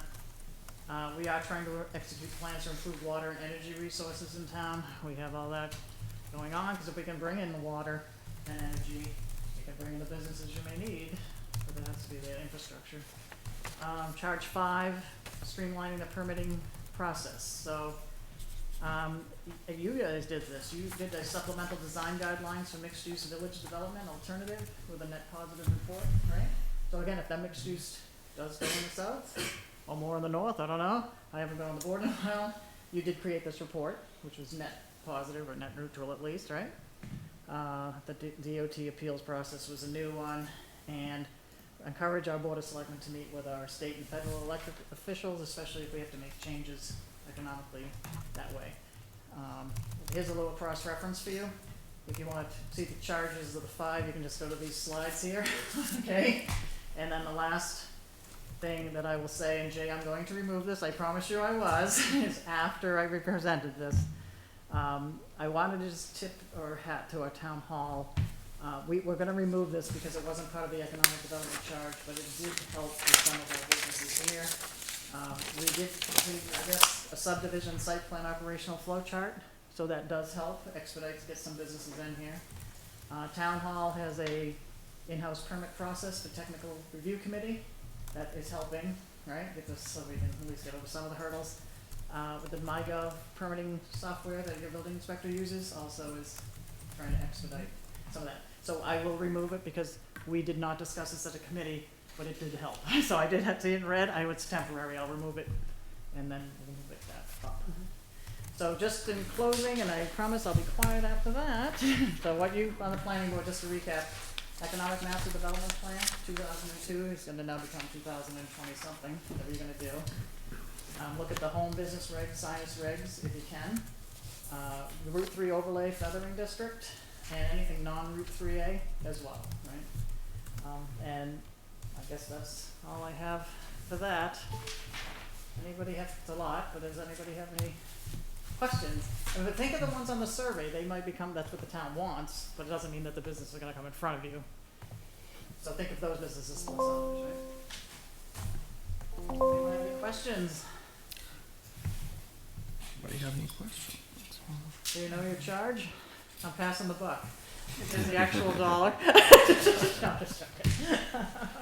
Well, I want to say thank you to you, Kim, and thanks to the Economic Development Committee for putting all of this together. That was a very long process. I know it was a very Lots of numbers. lot of information to sort through, a lot of stuff to review, but you guys did a great job, I think, and well done. Thank you. Well, thank you, and thank you to everybody on the committee, and Jay too, and Kim, Klein, thank and you. all of you. I mean, you're taking on part of it now, right? So, And then the Board of Selectmen will take their piece of it as well. So, thank you. okay. Does anybody need anything? Do you know where to get this information from? Except that Jay has the master plan, Yeah. right? Yeah. I mean, you're welcome to my scribble notes if you, if you want those. but- Very good. All right. Kim, thank you for, you, Kim. You're welcome. yeah, Thank you. thank you for coming to take All the right. time to talk to So us. we got out of our meeting at 11:25 that night, right? I don't think we want to do that to them. From our standpoint, I do find it interesting that, and the challenge will be for us, I think, when you think about what the town said they wanted, a lot of the uses in particular that they'd like, our hands are tied because a lot of those businesses only, like, they need septic. You know what I mean? You know, the restaurants, the pubs, the microbreweries. I mean, we're a town that we don't have sewer. I believe You know? Hudson's sewer comes right up to the Litchfield line, or very close. Yeah. So that there is the possibility, I mean, I don't know, I guess their storage probably goes up to Merrimack or Nashua. Nashua. I don't know if they could handle any more, but I mean, that could open up really a lot to do in the southern district, because there would be storage there. They're pretty limited in their capacity. Yeah. Also, already. I wonder what will happen with the brewery leaving, because they're the biggest. I think they're the biggest single contributor to the. Don't hold me market. to it, but I think it's like Or- 25%. That's It's Merrimack. enormous. Yeah, so Oh, and that's the going away. Anheuser-Busch Brewery, okay. Yeah. Yeah, that's Merrimack, we don't use, Nashua. Yeah, so I wonder that might create some surplus capacity if The that goes prior, away. I mean, the prior study, or the prior economic development chapter, was looking for sewer from Merrimack on the assumption that we were gonna have a bridge. So it's, I mean, once we get through natural resources, we can certainly go to the economic development section next, in terms of out-of-date chapters. You can't get more out of date than that because the whole strategy shifts. Yeah, the only way I can see a hookup with Merrimack working is if a developer, to qualify for increased density, funds an under river buried sewer main. Yeah, you know how, do you know how expensive that, I mean. Yeah, and that would be a development that would have to be so large to justify that I don't know Yeah. if the residents would want that. Yeah, I mean, the assumption then was that because of the highway interchange, you were gonna have such a demand for an industrial park, which would benefit from sewer, and maybe a regional mall. I mean, it wasn't unrealistic then, but the idea then was you could maybe create a tax increment finance district that could pay for a sewer improvement just because of the scale. Yeah, Without a highway interchange, yeah, it's not happening. I'd be surprised. Yeah, I think our challenge is gonna be being able to satisfy the needs and wants of the public with the constraints that we have as a town, which at the same time, keep it nice, because they say they'd like to keep it rural, so, always seeking that balance, but. Right. Yeah, I think Yeah. that the transportation and customer base limitations are the biggest problem in terms of economic development, because people don't go to Litchfield and it's not convenient to go to Litchfield. And that was part of one of the design goals of the mixed-use village, to create some close proximity customers, and we'll see how that plays out and see if we wish to have a mixed use, have it applied at the bottom end of town. So I think really when you look at the types of uses that people were interested in, they really are amenities. That's what people were looking for. Something that they might enjoy, that'll enhance their quality of life, to have a nice coffee shop or a bakery. It was less, gee, this is gonna, really make a difference in our tax base. Yeah, I know someone who's in Georgia, the state, and in his county, there's a bunch of warehouses and data centers and stuff going in, and it's amazing for their economic development, but no one here wants that. That's what you need if you want to lower your taxes, because you need the undesirable stuff, because that's why it helps economically, is because there are economic advantages. It's high value land because no one wants it, and then you tax it on the value of the land. So that's how it increases your tax base.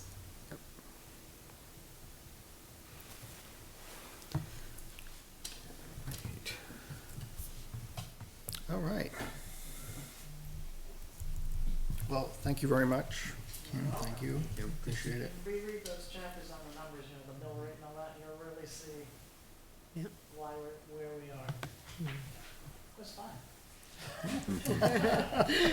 You're geeking out on us. So the next item on the agenda is master plan chapter, natural resources. All right, so I'm guessing most people have not really had a chance to go through the 80-some pages yet.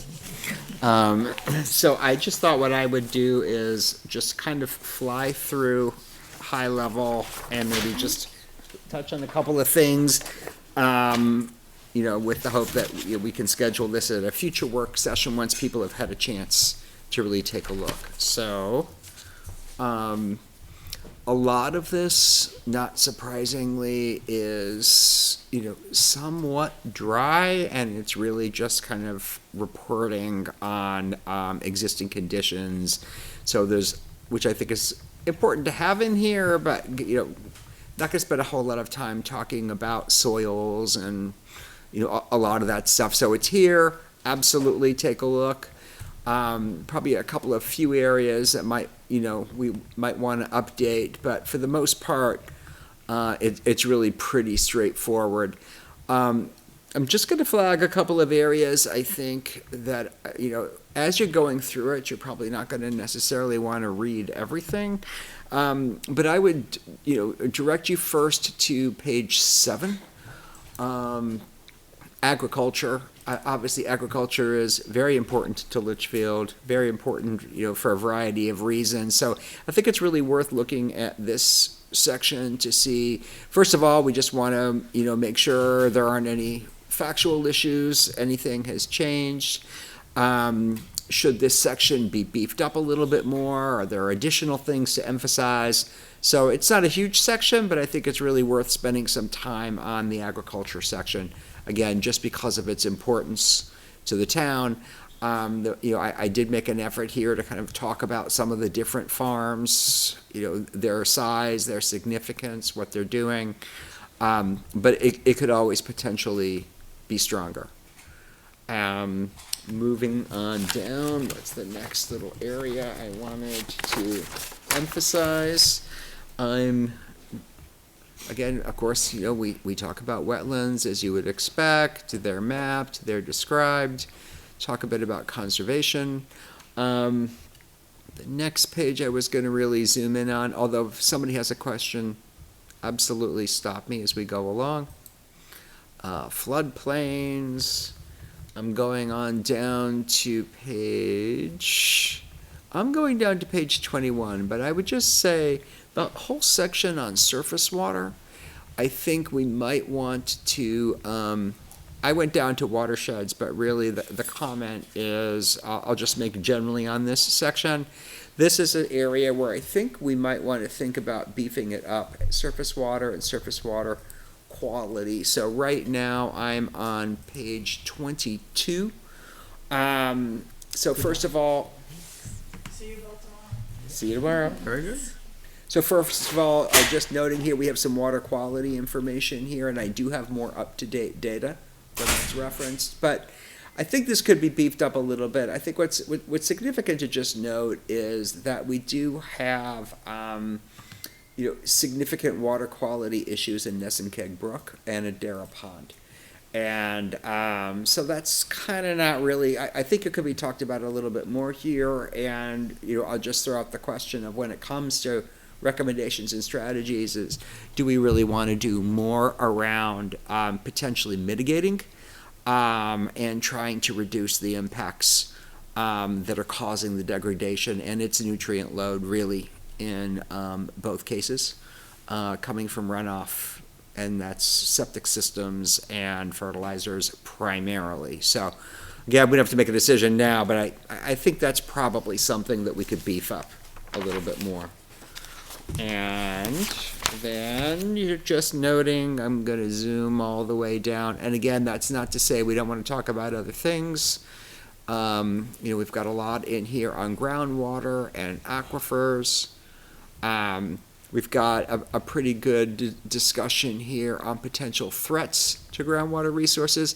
Actually, right now I'm on page 28, and there really aren't many direct ones on the DES site.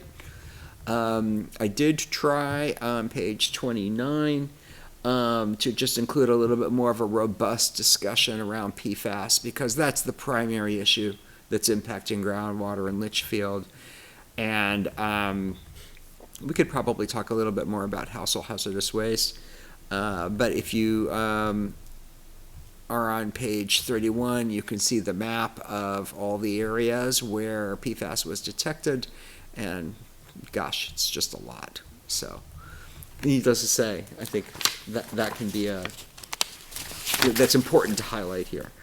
And let's see, I'm going to just kind of breeze through some of these areas here. Buffers, buffer widths. I'm not going to spend a whole lot of time on these. We do, have a decent discussion around forests and forest land, forest cover. Do we want to beef that up, talk more about that? Are there more recommendations we might want to see? So that's something that might be worth talking about. I have now zoomed down onto page 39, where we do talk about, this is really a section on wildlife habitats, unique biological communities. There are some that are identified, and so might be worth kind of zooming into that section. That's again on page 39, unique natural habitats and biological communities. We note them; they're there. And we also do note that we have some imperiled and critically imperiled ecosystems, as well as species. So do we want to maybe talk a little bit more about prioritizing protection around those? And so I just kind of throw that out there. They're identified. And moving on down, what's my next area? Yeah, really, it's the same theme. There's a lot on wildlife habitat, wildlife types. I'm on page 43 now, priority areas. And then we get into endangered species, etc. So again, we could beef this up if we would like. I'm going to zoom on down. Let's see, what else did I flag? And this is just something, and Joan, I know that you've sent this to the Conservation Commission, so it'd be obviously helpful to get any comments that the commission has. Mm-hmm. Just something else that I'm zooming very, very quickly. I want to just put a little bit more eyeballs on this and make sure anybody else who's smarter than I am has better information to be helpful, but I'm on page 59. We have a listing of town recreation sites, and I'd actually like to attach some acreage to those. And then we follow that with a summary of conservation lands. So there might be some changes here. So, this is worth kind of taking a look at. Is there anything we want to add or change here? I don't think this has the DeRocher property on it. So that's definitely one I think we would want to add. So that's an important section. And then we have a map on the following page of conservation lands. Obviously, if we make changes to the list, we'll make changes to the map. And then I think importantly, so we go on to current use. Now this is one, this is as of 2021. So we'll definitely, this is page 63. We'll need to do a double check on this because some of the lands on here have come out of current use. So we'll do a double check and make sure we've got the most up-to-date data there. And why that also matters is when you get down to page 65, this is, and it might be kind of hard to follow, but what this map shows is current use land overlaying on the priority wild, habitat areas. So the value of something like this is where you see that you've got land that's in current use and it's also priority habitat area. That suggests it would be a priority target for acquisition, easements, some protection, because obviously land in current use at some point could come out of current use. So it's just a helpful guide in that sense. Moving on, what else was I going to really emphasize? So I think that's all worth emphasizing. And I'm going to scoot on down. There's just a lot of stuff in here. There's a lot of maps. Definitely worth taking a look. Then we get into a pretty lengthy section on all the different types of government regulations that are out there, federal, state, and local. That's pretty dry. That's really just intended to be a guide. So if you're looking for areas that you don't feel like you want to spend time on, that's definitely one you don't have to spend a lot of time on. And then again, we get into what are additional land protection measures. Prime wetlands is one we haven't really talked a lot about. I don't know if conservation's talked much about that. But these are just all different methods that are out there now. Funding sources, kind of same thing. Don't need to spend a lot of time on those. Other groups that might be helpful. Page 80 is where recommendations come in, and needless to say, this is kind of the meat of it. And I think without doubt, this section could be stronger. So how much stronger we want to be, how specific we want to be, particularly around, areas, potential acquisitions. Is there an acquisition strategy? Is that something we want to talk about in here? What are the priorities? Are there areas in terms of our local land use controls that we might want to beef up to enhance protections? So that's really, there is definitely some in here. So I would certainly say take a look at what's in here. Does this make sense? Is this stuff that we want to keep in here, and what's missing? And there's a lot of it. So that's it. 84 pages. So yeah, I mean, there's a lot. A lot of information to digest. Well, thank you very much. Absolutely.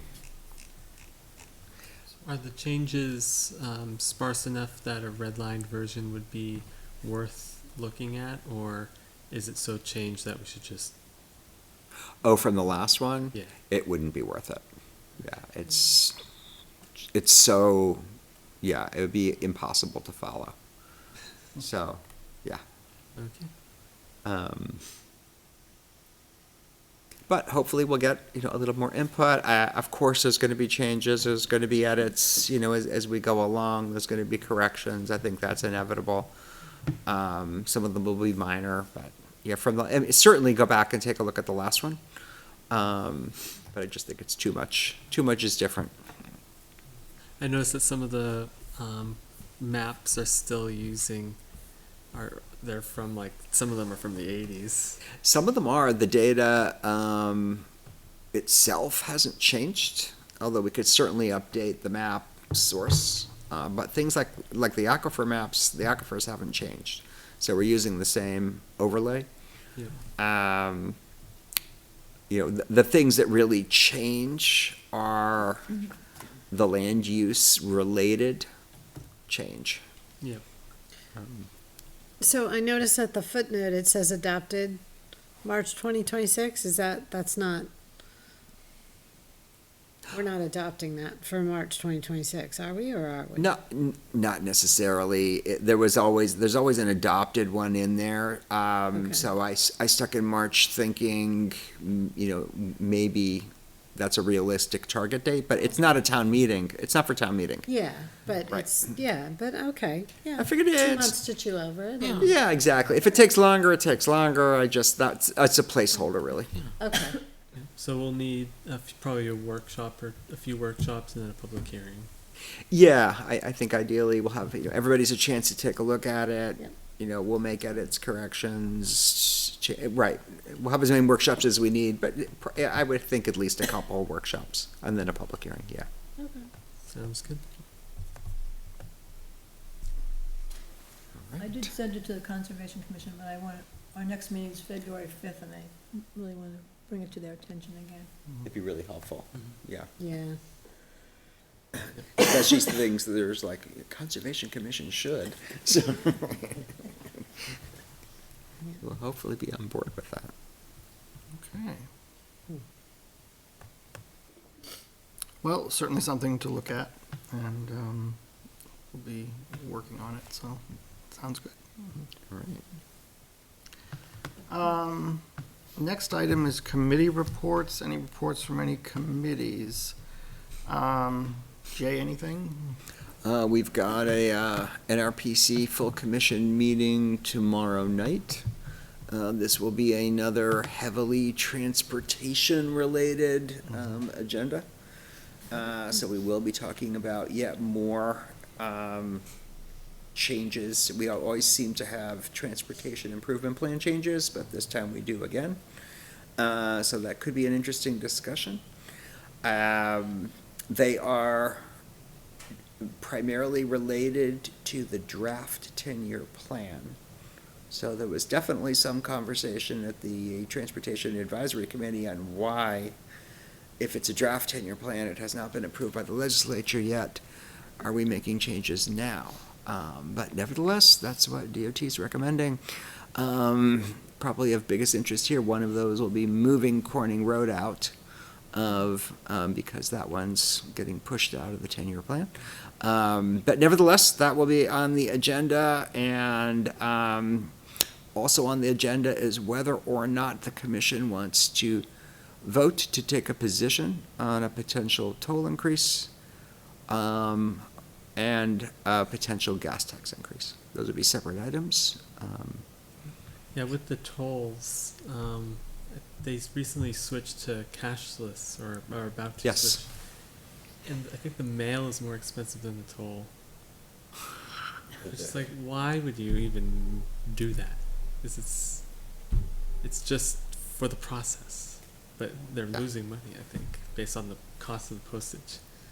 I think the analysis is that the cost savings of eliminating the staffed toll booths outweighs the money lost, right, to either people who don't pay or the follow-up, yeah. In the number of accidents that occur at that toll booth. Yes, there's that too. Yeah, it's going to be replaced with one that's more modern for the scanners. All right? electronic. Yeah, it's Right. high speed, drive underneath it. Right. Yeah, I'll be safer. Because God forbid you slow down, you know. It's like people don't, yeah, it's still high speed even though they're squeezing in 12 feet. Yeah, so it'll be an interesting discussion. I don't know how it'll go. Yeah, but yeah, hope they do something about the fact that that's just not. There's no way they're making money on that. Well, if you think about the number of people that do have, the Easy Pass, so it's really the small amount of people that don't have Easy Pass that are getting tagged, and then that's going out. I bet there's more people with Easy Pass than not. The habitual travelers will use the Yeah. Easy Pass. Yeah, There are solutions. We'll see if they pursue them. there are. But because of the lack of funding in the 10-year plan, those solutions are going to get pushed off a few more years. I have one. So this Saturday, the 24th, from 10 a.m. to 2 p.m., there's a little sign up there, is the first Litchfield Resource Fair called Litchfield Connects. Here you can learn about all the resources available to you as a Litchfield residents. Veterans will have opportunities to explore resources dedicated to veterans. The fair will be offering something for everyone, featuring convenient one-stop event for residents to connect with a wide range of local government, nonprofit, and community services, direct connections with nonprofits and service providers on site, access information support for topics like healthcare, housing, employment, education, food assistance, and more, and meet fellow veterans in town departments and officials. And this is being put on by the Litchfield, New Hampshire Veterans and the town of Litchfield. So 10 to 2 at CHS Gymnasium. Nice. It's great. The CIP committee had met. I think we finally got the plan to the Board of Selectmen to recommend for approval. So that was done. So we probably won't have another CIP meeting until after town meeting. Right. So, Lower Merrimack Local River Advisory Committee will be meeting at some point. I don't have a confirmed date yet, but it's usually the fourth Thursday of the month. So I believe that is coming up. And one of the discussions at the last Lower Merrimack River Advisory Committee, they had the folks from the gas line come in to talk about the project. So looks like that is scheduled for 2027, looks like. So that'll be a big project down here in Litchfield. So that is going forward, I understand. Conservation Commission is meeting February 7th. Fifth, the 7th is, I'm sorry. town deliberative session. Oh, I'm sorry. And when is our next meeting? Ours, the 3rd. 3rd, so it is the 5th. Okay, so February 5th at 6:30 in the fire station, or? I don't know the location yet. If To the be budget determined? committee's here, then, Okay. All right, and planning board is the 3rd. okay. A deliberative session, town is the 7th and January 31st is the school deliberative session. I see. Okay. And that is at the Campbell High School? Yes. Yep. So what's the date again for the town one on that Saturday? Is it which Saturday? February 7th Seventh. is the town. Oh, it's this, okay, that is in February. I was thinking it was still in January. Okay, thank you.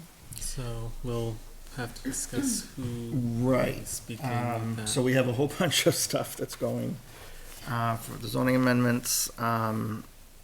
Might want to think about, who wants to present what. So maybe at our next meeting, we can delegate that. Sounds good. Okay.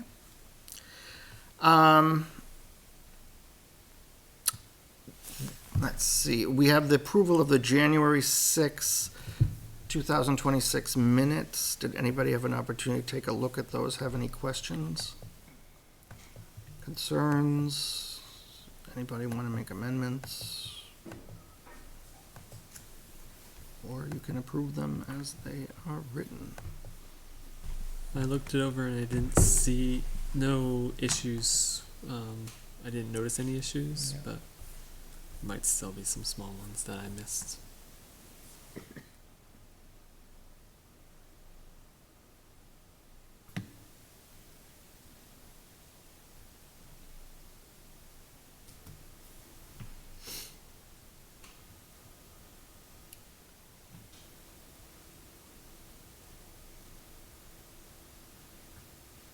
But yeah, everyone who's here appears to have been at that meeting, Yeah. so. So anyone want to make a motion to approve?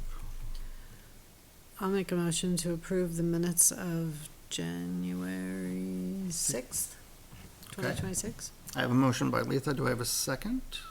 I'll second. Second by Jared. Any discussion? All right, all those in favor of the approval of the January 6, 2026 meeting minutes, please signify by saying aye. Aye. Those opposed, abstain. Motion passes 5-0-0. Thank you. Okay.